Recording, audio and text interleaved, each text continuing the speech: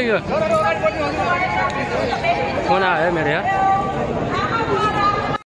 सडक बताऊ नाला पानी ती नेताको बन्द गरौँ सम्पूर्ण सञ्चारमा जय राष्ट्रवाद जय राष्ट्रवाद।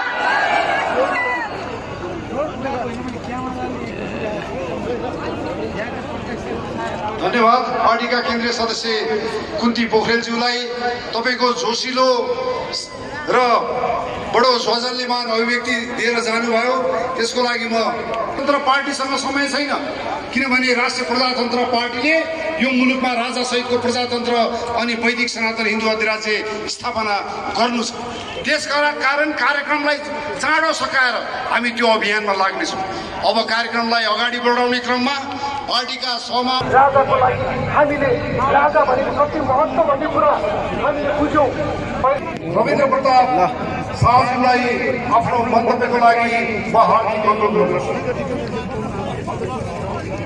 चल राजा जय राष्ट्रवाद।